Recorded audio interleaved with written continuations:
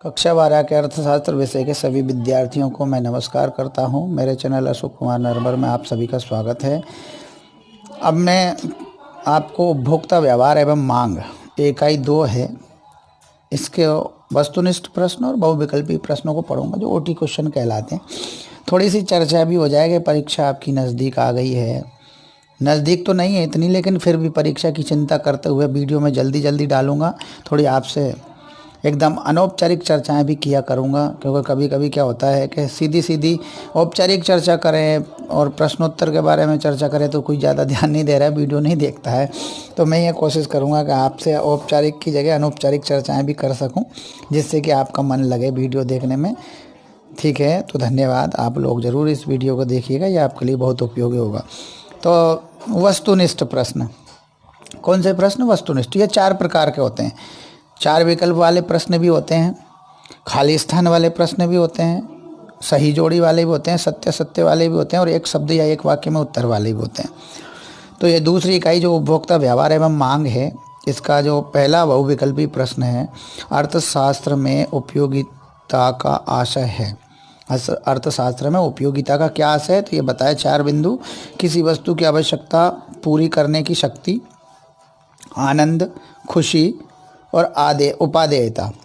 इन चारों में से जो उत्तर होगा वो हम देखते हैं कौन सा उत्तर होगा इन चारों में से। तो ये होगा पहले नंबर का, किसी वस्तु की आवश्यकता की पूर्ति करने की शक्ति जो होती है वो अर्थशास्त्र में उपयोगिता का आशय है। दूसरा प्रश्न है अब आपका, तो अर्थशास्त्र में उपयोगिता को बांटा गया है। कितने वर्गों में बांटा गया है? 2 वर्गों में, 3 वर्गों में, 4 या 5 वर्गों में बांटा गया है। इसमें बताया है कि 2 वर्गों में बांटा गया अर्थशास्त्र में उपयोगिता को। ये भी प्रश्न हो जाता है। फिर तीसरा प्रश्न इधर से आता है। तो तीसरे प्रश्न में बात ये बताई गई कि वस्तु की हर अगली इकाई के प्रयोग से सीमांत उपयोगिता, ये 2020 में आ चुका है, घटती है, बढ़ती है, समान रहती है, शून्य हो जाती है। तो इसका उत्तर जो होगा वो होगा पहला ही, घटती है। वस्तु की हर अगली इकाई के प्रयोग से सीमांत उपयोगिता घटती है, क्योंकि जैसे जैसे मान लीजिए भूख हमें 5 रोटी की लगी है, हमने 1 रोटी खाई, दूसरी रोटी खाएंगे, तीसरी रोटी खाएंगे, तो धीरे धीरे उसकी उपयोगिता, हर अगली आने वाली वस्तु की उपयोगिता घटती जाती है। फिर लिखा है जब सीमांत उपयोगिता शून्य होती है तब कुल उपयोगिता होती है। तो सीमांत उपयोगिता शून्य हो जाए तब कुल उपयोगिता क्या होगी? क्या शून्य होगी, घटेगी, सर्वाधिक होगी या बढ़ेगी? तो चौथे नंबर का आएगा तीसरा, इसमें सर्वाधिक होगी। जब सीमांत उपयोगिता शून्य होती है तो कुल उपयोगिता सर्वाधिक होती है। चलिए, सीमांत उपयोगिता ह्रास नियम का वास्तविक अपवाद है। वो क्या है? शराब, पुराने गीत, दुर्लभ सिक्कों का संग्रह, अच्छे ग्रंथ को दोबारा या तिबारा पढ़ना। इनमें से कौन सा है? तो 5वें का देखते हैं। 5वें का है चौथा नंबर का, अच्छे ग्रंथ को दोबारा या तिबारा पढ़ना, कई बार पढ़ना अच्छे ग्रंथों को। यही सीमांत उपयोगिता ह्रास नियम का वास्तविक अपवाद है। फिर है सीमांत उपयोगिता ह्रास नियम को कहा जाता है अधिकतम संतुष्टि नियम, मांग का नियम, पूर्ति का नियम, कोई नहीं। छठे प्रश्न का उत्तर होगा आपका पहला, अधिकतम संतुष्टि का नियम सीमांत उपयोगिता ह्रास नियम को कहा जाता है। चलिए, फिर है सम सीमांत उपयोगिता नियम। गोसेन का कौन सा नियम कहलाता है? प्रथम नियम, द्वितीय नियम, तृतीय नियम, या इनमें से कोई नहीं। 7वें नंबर का प्रश्न का उत्तर होगा दूसरा, ये कहलाता है द्वितीय नियम। फिर है तटस्थता वक्र विश्लेषण में 2 वस्तुओं के बीच विनिमय का अनुपात दर्शाती है। तो तटस्थता वक्र विश्लेषण में 2 वस्तुओं के बीच की विनिमय का अनुपात जो दर्शाती है वो क्या है? तो 8वें नंबर का होगा आपका चौथा, क्या होगा? तटस्थता कीमत रेखा, तटस्थ वक्र, तटस्थता चित्र, या उपरोक्त सभी। तो उपरोक्त सभी बता दें। तटस्थता वक्र का झुकाव रहता है, तो किधर रहता है? कीमत अनुपात पर घटता हुआ रहता है। घटक, प्रतिस्थापन या सीमांत उपयोगिता। तो 9वें नंबर का उत्तर होगा आपका, ये 9वें नंबर का होगा आपका चौथा उत्तर, यानी ये होता है सीमांत उपयोगिता पे, यानी तटस्थता वक्र का झुकाव सीमांत उपयोगिता पर होता है। पेट्रोल की कीमत बढ़ जाने पर कार का मांग वक्र खिसक जाता है, दाईं तरफ ऊपर की ओर, बाईं तरफ या नीचे की ओर। तो किधर झुक जाता है? तो 10वें प्रश्न का उत्तर होगा आपका दूसरा, तो ये जो है ऊपर की ओर झुक जाता है। गिफन वस्तु की मांग का गिफिन वस्तु की मांग का क्या है? आय से ऋणात्मक संबंध, आय से धनात्मक संबंध, कीमत से ऋणात्मक संबंध, कीमत से कोई संबंध नहीं होता। तो 11वें प्रश्न का उत्तर होगा, ये होगा आपका दूसरा मतलब आय से धनात्मक संबंध। गिफिन वस्तु की मांग का आय से धनात्मक संबंध। निम्नलिखित में से कौन सी वस्तु पूरक है? चाय तथा कॉफी, कोक तथा पेप्सी, चावल तथा गेहूं, इनमें से कोई नहीं। कौन सी पूरक है? वो देखिए 12वें में आपका होगा चौथा, इनमें से कोई नहीं पूरक वस्तु है।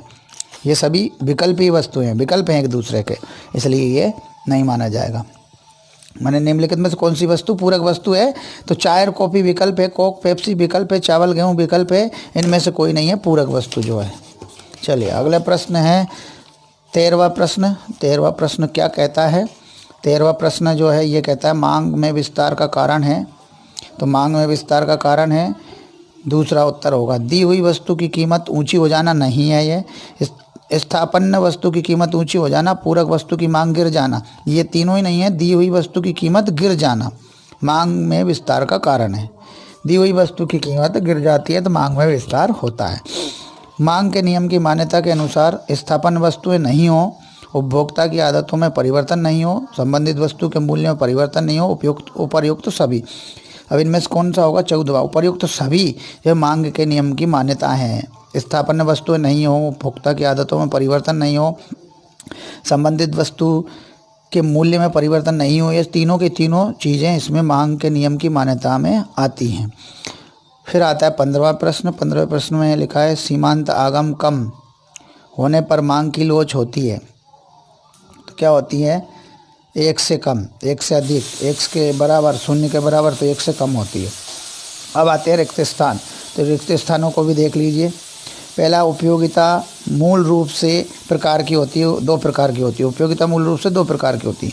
उपयोगिता एक विचार, इसे केवल इकाइयों या मुद्रा द्वारा मापा जा सकता है, तो मनोवैज्ञानिक विचार है। उपयोगिता एक मनोवैज्ञानिक विचार है जिसे इकाइयों तथा मुद्रा द्वारा मापा जा सकता है। प्रगतिशील करारोपण का सिद्धांत नियम पर आधारित है।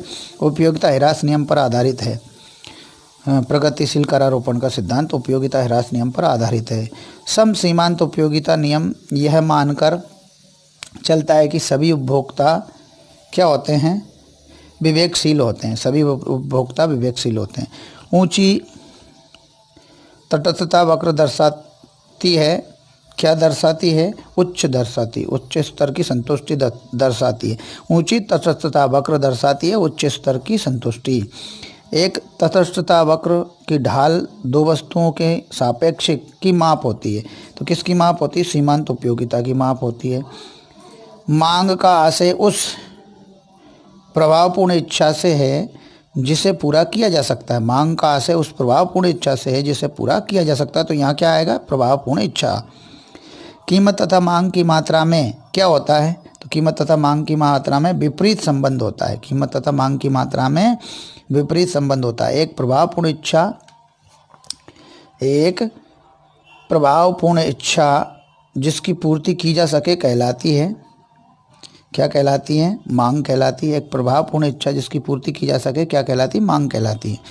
मांग का नियम कथन है, गुणात्मक कथन है। मांग का नियम गुणात्मक कथन है।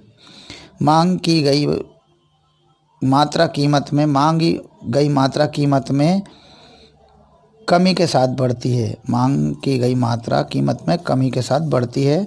मांग की लोच का कथन है, गुणात्मक कथन है। मांग की लोच गुणात्मक कथन है। मांग की लोच की श्रेणियां हैं, 5 श्रेणियां हैं। मांग की लोच मापने की अनुपातिक रीति को भी कहा जाता है। क्या कहा जाता है? प्रतिशत रीति कहा जाता है। तो ये खाली स्थान हो गया। कौन सी रीति कहा जाता है?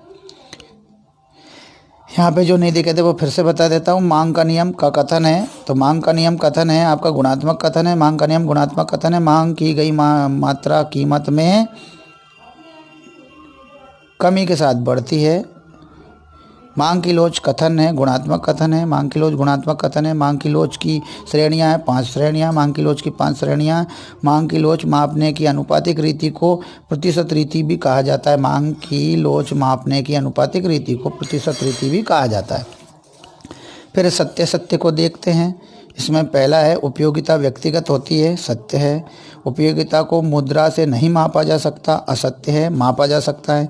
मानवीय आवश्यकताओं को संतुष्ट करने की क्षमता ही उपयोगिता है, यह भी सत्य है। मानवीय आवश्यकताओं को या ज़रूरतों को संतुष्ट करना, पूरा करने की क्षमता ही उपयोगिता है। उपयोगिता देश, काल तथा पात्र के अनुसार बदलती रहती है, यह भी सत्य है। दुर्लभ संग्रह की गई वस्तुओं पर उपयोगिता ह्रास नियम लागू होता है, तो ये भी सत्य है। सम सीमांत उपयोगिता नियम का उपभोग के क्षेत्र में विशेष महत्व है, ये भी सत्य है।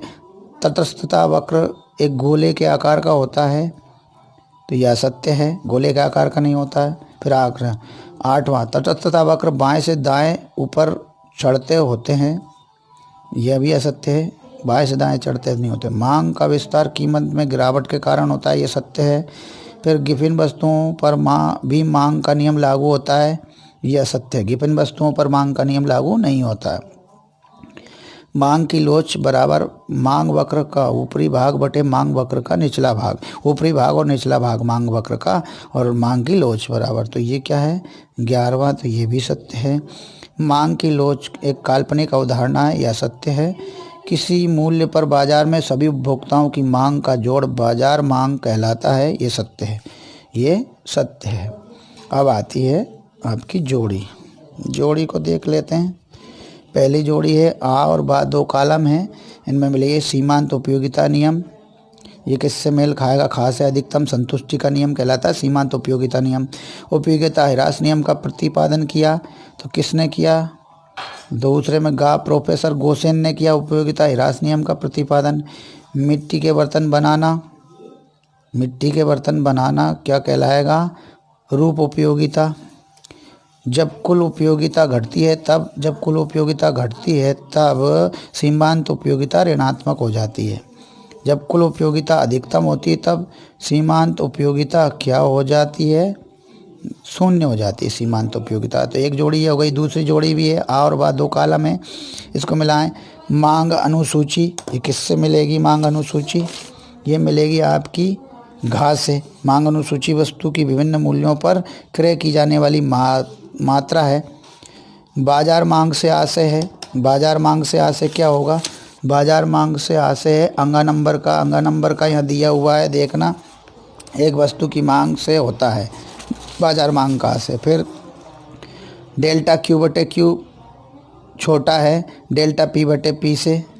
तो ये तीसरे नंबर का किससे मिलान होगा? ये तीसरे नंबर का आपका मिलान होगा चा से। सापेक्षता है बेलोचदार मांग, सापेक्षता है बेलोचदार मांग से, इससे मिलेगा। सापेक्षता है बेलोचदार मांग से ये जो है मिलान होगा। तो इस तरह से ये जोड़ी भी आप देख लीजिएगा। फिर आते हैं एक शब्द या एक वाक्य में उत्तर वाले प्रश्नों पर। किस पर आते हैं? एक शब्द या एक वाक्य में उत्तर वाले प्रश्नों पर। ठीक है, इसको ध्यान से देखिएगा। अभी सामान्य चर्चा भी करेंगे, ऐसा नहीं कि बस पढ़े जा रहे हैं, ऐसा कुछ नहीं है। थोड़ा बहुत आपसे सामान्य चर्चाएं भी होनी चाहिए, क्योंकि आप लोग अच्छे से पढ़ेंगे, आप लोग ध्यान देंगे तो आपके ही काम में आएगा। आप ध्यान से सुनिएगा, देखिएगा ज़रूर इस वीडियो को। किसी वस्तु की मानवीय आवश्यकताएं संतुष्ट करने की सामर्थ्य को हम क्या कहते हैं? माने किसी वस्तु की मानवीय आवश्यकता माने मानव की ज़रूरतों को संतुष्ट करने की जो सामर्थ्य होती है, क्षमता होती है, कैपेसिटी होती है, उसको हम क्या कहते हैं? उपयोगिता कहते हैं। किसी वस्तु कि मानवीय आवश्यकता संतुष्ट करने की जो वस्तु में सामर्थ्य है, माने कोई भी वस्तु मानव की या मनुष्य की, आदमी की ज़रूरतों को पूरा कर ले और वो उसमें कैपेसिटी है, तो उसको उपयोगिता कहा। किसी वस्तु की अतिरिक्त इकाई का उपयोग करने से कुल उपयोगिता में होने वाली वृद्धि को क्या कहते हैं? किसी वस्तु के द्वारा अतिरिक्त, किसी वस्तु की कोई ज़्यादा इकाई दे दो, अतिरिक्त इकाई दे दो, और उसको उपयोग करने से जो कुल उपयोगिता में होने वाली वृद्धि है वो क्या कहलाती है? सीमांत उपयोगिता कहलाती है। प्रतिकूल उपयोगिता किस उपयोगिता से प्राप्त होती है? सीमांत उपयोगिता से। प्रतिकूल माने एकदम बुरी उपयोगिता। सम सीमांत उपयोगिता नियम गोसेन का कौन सा नियम कहलाता है? गोसेन का द्वितीय नियम कहलाता है सम सीमांत उपयोगिता नियम। फिर सीमांत उपयोगिता ह्रास नियम की तुलना अर्थशास्त्री किन नियमों से करते हैं? भौतिक विज्ञान के नियमों से करते हैं। किसकी? सीमांत उपयोगिता ह्रास नियम की जो है तुलना अर्थशास्त्री भौतिक विज्ञान के नियमों से करते हैं। फिर तटस्थता वक्र के प्रत्येक बिंदु पर उपभोक्ता को कैसी संतुष्टि प्राप्त होती है? समान संतुष्टि। समान संतुष्टि माने तटस्थता वक्र पर उपभोक्ता माने उपभोग करना, किसी वस्तु का जब वो कोई उपभोग करता है वो उपभोक्ता कहलाता है। उसको कैसी संतुष्टि मिलती है, तो वो मिलती है समान संतुष्टि। दाईं ओर का प्रत्येक तटस्थ वक्र अपने से पहले वक्र की तुलना में कैसी संतुष्टि प्रदान करता है, अधिक संतुष्टि। एक उपभोक्ता जब तटस्थता वक्र पर दाईं नीचे की ओर चलता है तो एक्स वस्तु की सीमांत प्रतिस्थापन दर y वस्तु के लिए कैसी होगी, घटती हुई। किसी वस्तु की मांगी गई मात्रा की कीमत में कमी होने से, किसी वस्तु की मांगी गई मात्रा की कीमत में कमी होने से क्या होता है, क्या होती है, वृद्धि होती है। व्यक्तिगत मांग अनुसूची से क्या ज्ञात किया जा सकता है, तो व्यक्तिगत मांग अनुसूची से वस्तु की विभिन्न मात्राओं का ज्ञान होता है या विभिन्न मात्राओं को ज्ञात किया जा सकता है। प्रभावपूर्ण इच्छा को क्या कहा जाता है, आवश्यकता कहा जाता है, ज़रूरत कहा जाता है। यदि मांग की लोच एक से अधिक हो तो कीमत घटने पर कुल व्यय में किस प्रकार परिवर्तन होगा। यदि मांग की लोच एक से अधिक हो तो कीमत घटने पर कुल व्यय में किस प्रकार परिवर्तन होगा, कुल व्यय बढ़ेगा। कुल व्यय बढ़ेगा माने कुल खर्च बढ़ेगा। 13वां प्रश्न है, देखिए 13वां प्रश्न, यदि मांग की लोच एक से कम है तो कीमत घटने पर कुल व्यय में किस प्रकार का परिवर्तन होगा, कुल व्यय कम होगा। यदि मांग की लोच एक से कम है, एक से अधिक है तो कुल व्यय बढ़ेगा, और एक से कम है तो कुल व्यय घटेगा। कुल व्यय माने कुल खर्चा कम होगा। किस प्रकार की वस्तुओं की मांग लोचदार होती है, विलासिता की वस्तुओं की जो मांग होती है वो लोचदार होती है। विलासिता की वस्तुएं रोजमर्रा दैनिक जीवन की आवश्यक वस्तु नहीं, जब जरूरत हो तभी तो लेंगे, नहीं तो नहीं लेंगे, सीधी सी बात है। और विलासिता की वस्तुएं वे कहलाती जो कि केवल हमारे ऐशो आराम के लिए होती है, हमारे सुख सुविधाओं के लिए होती है, खाने पीने या बिल्कुल मूलभूत आवश्यकताओं में की वस्तुएं वो नहीं होती। मांग की लोच मापने की कुल व्यय रीति किसने दी है, प्रोफेसर मार्शल ने। किसी शून्य पर किसी समय वस्तु की मांग की गई मात्रा को किसी मूल्य पर किसी समय वस्तु की मांगी गई मात्रा को उस वस्तु की क्या कहते हैं, मांग कहते हैं। किसी मूल्य पर किसी समय वस्तु की मांगी गई मात्रा को उस वस्तु की मांग कहते हैं, क्या कहते हैं, मांग। विलासिता की वस्तुओं की मांग की लोच किस प्रकार की होती है, अत्यधिक लोचदार होती है, जब जरूरत हो तभी उसको खरीदा जाता है, नहीं तो नहीं खरीदा जाता। चलिए ये भी हो गए। अब अति लघु उत्तरीय प्रश्न उत्तर पर आते हैं। अति लघु उत्तरीय प्रश्न मतलब 30 शब्द 40 शब्द के होते हैं, 2 नंबर के एक आंसर होते हैं। चलिए देखते हैं उपयोगिता की परिभाषा क्या है, ध्यान से सुनिएगा। किसी वस्तु का वह गुण, ऐसा गुण, किसी भी वस्तु का चीज का वह गुण, शक्ति या क्षमता, या तो वो गुण होता है या शक्ति होती है उसकी, या क्षमता होती है जिसके द्वारा किसी वस्तु की आवश्यकताओं की पूर्ति होती है। माने किसी वस्तु की या तो वो गुण है या वो क्षमता है या वो शक्ति है, पावर है, जिससे किसी भी व्यक्ति की ज़रूरत पूरी होती हो, उसे उपयोगिता कहते हैं। उसे उस वस्तु की उपयोगिता कहते हैं क्योंकि वो वस्तु की उपयोगिता है, वो गुण, वो शक्ति, वो क्षमता ही उपयोगिता है किसी की। तुष्टि गुण के मुख्य 3 लक्षण लिखिए। तुष्टि गुण माने किसी की भी मस्तिष्क में तसल्ली प्रदान करना, एक मनोवैज्ञानिक भावना है तुष्टि गुण। तो तुष्टि गुण एक मनोवैज्ञानिक भावना है जिससे हमें मानसिक तुष्टि मिलती है, तसल्ली मिलती है, संतुष्टि मिलती है। कोई चीज़ का उपयोग कर ले तो हमें मन में बड़ी तसल्ली, शांति मिलती है, उसी को तुष्टि गुण कहते हैं। तुष्टि गुण एक मनोवैज्ञानिक धारणा है, मन की धारणा है। तुष्टि गुण का सदैव लाभदायक होना आवश्यक नहीं है, कभी कभी नुकसानदेह, हानिकारक भी तुष्टि गुण हो सकता है। तुष्टि गुण समय से प्रभावित होता है, बिल्कुल। किसी समय तुष्टि गुण की उपयोगिता अधिक होती है, किसी समय तुष्टि गुण अधिक मिलता है, किसी समय तुष्टि गुण कम मिलता है। चलिए एक और प्रश्न है, सम सीमांत उपयोगिता नियम की परिभाषा दीजिए। प्रोफेसर गोसेन के अनुसार सम सीमांत उपयोगिता नियम उपभोक्ता के उस व्यवहार को स्पष्ट करता है। माने सम सीमांत उपयोगिता नियम उपभोक्ता के उस व्यवहार को, उस आचरण को स्पष्ट करता है जिसे दी हुई अनेक वस्तुओं और सेवाओं में अपनी सीमित आय को व्यय करने के लिए चुनाव करना होता है। अपनी कम आय को, अपने कम पैसे को खर्च करने के लिए चुनाव करना पड़ता है कि हम किस वस्तु पर उसको करें खर्च और किस पर नहीं करें, क्योंकि आय सीमित है, इनकम सीमित है, छोटी है। सम सीमांत उपयोगिता नियम की 2 प्रमुख मान्यताएं बताइए। क्या मान्यता है? प्रत्येक उपभोक्ता एक विवेकशील व्यक्ति है, बिल्कुल ये मान्यता है सम सीमांत उपयोगिता नियम की, और वह अपनी आय विवेकपूर्ण तरीके से ही खर्च करता है, व्यय करता है। अपनी आय और जो इनकम होती है, उसकी जो कमाई होती है, उस कमाई को वो विवेकपूर्ण तरीके से अच्छा बुरा जानकर, सही गलत जानकर ही खर्च करता है, व्यय करता है। तो ये एक मान्यता है कि प्रत्येक उपभोक्ता विवेकशील व्यक्ति है, वह अपनी आय को विवेकपूर्ण तरीके से ही व्यय करता है। पहला नियम या मान्यता। दूसरा क्या है, उपयोगिता को मापा जा सकता है तथा दो वस्तुओं की उपयोगिता की तुलना भी की जा सकती। उपयोगिता को नाप भी सकते हैं, माप भी सकते हैं और दो वस्तुओं की उपयोगिता की तुलना भी की जा सकती है।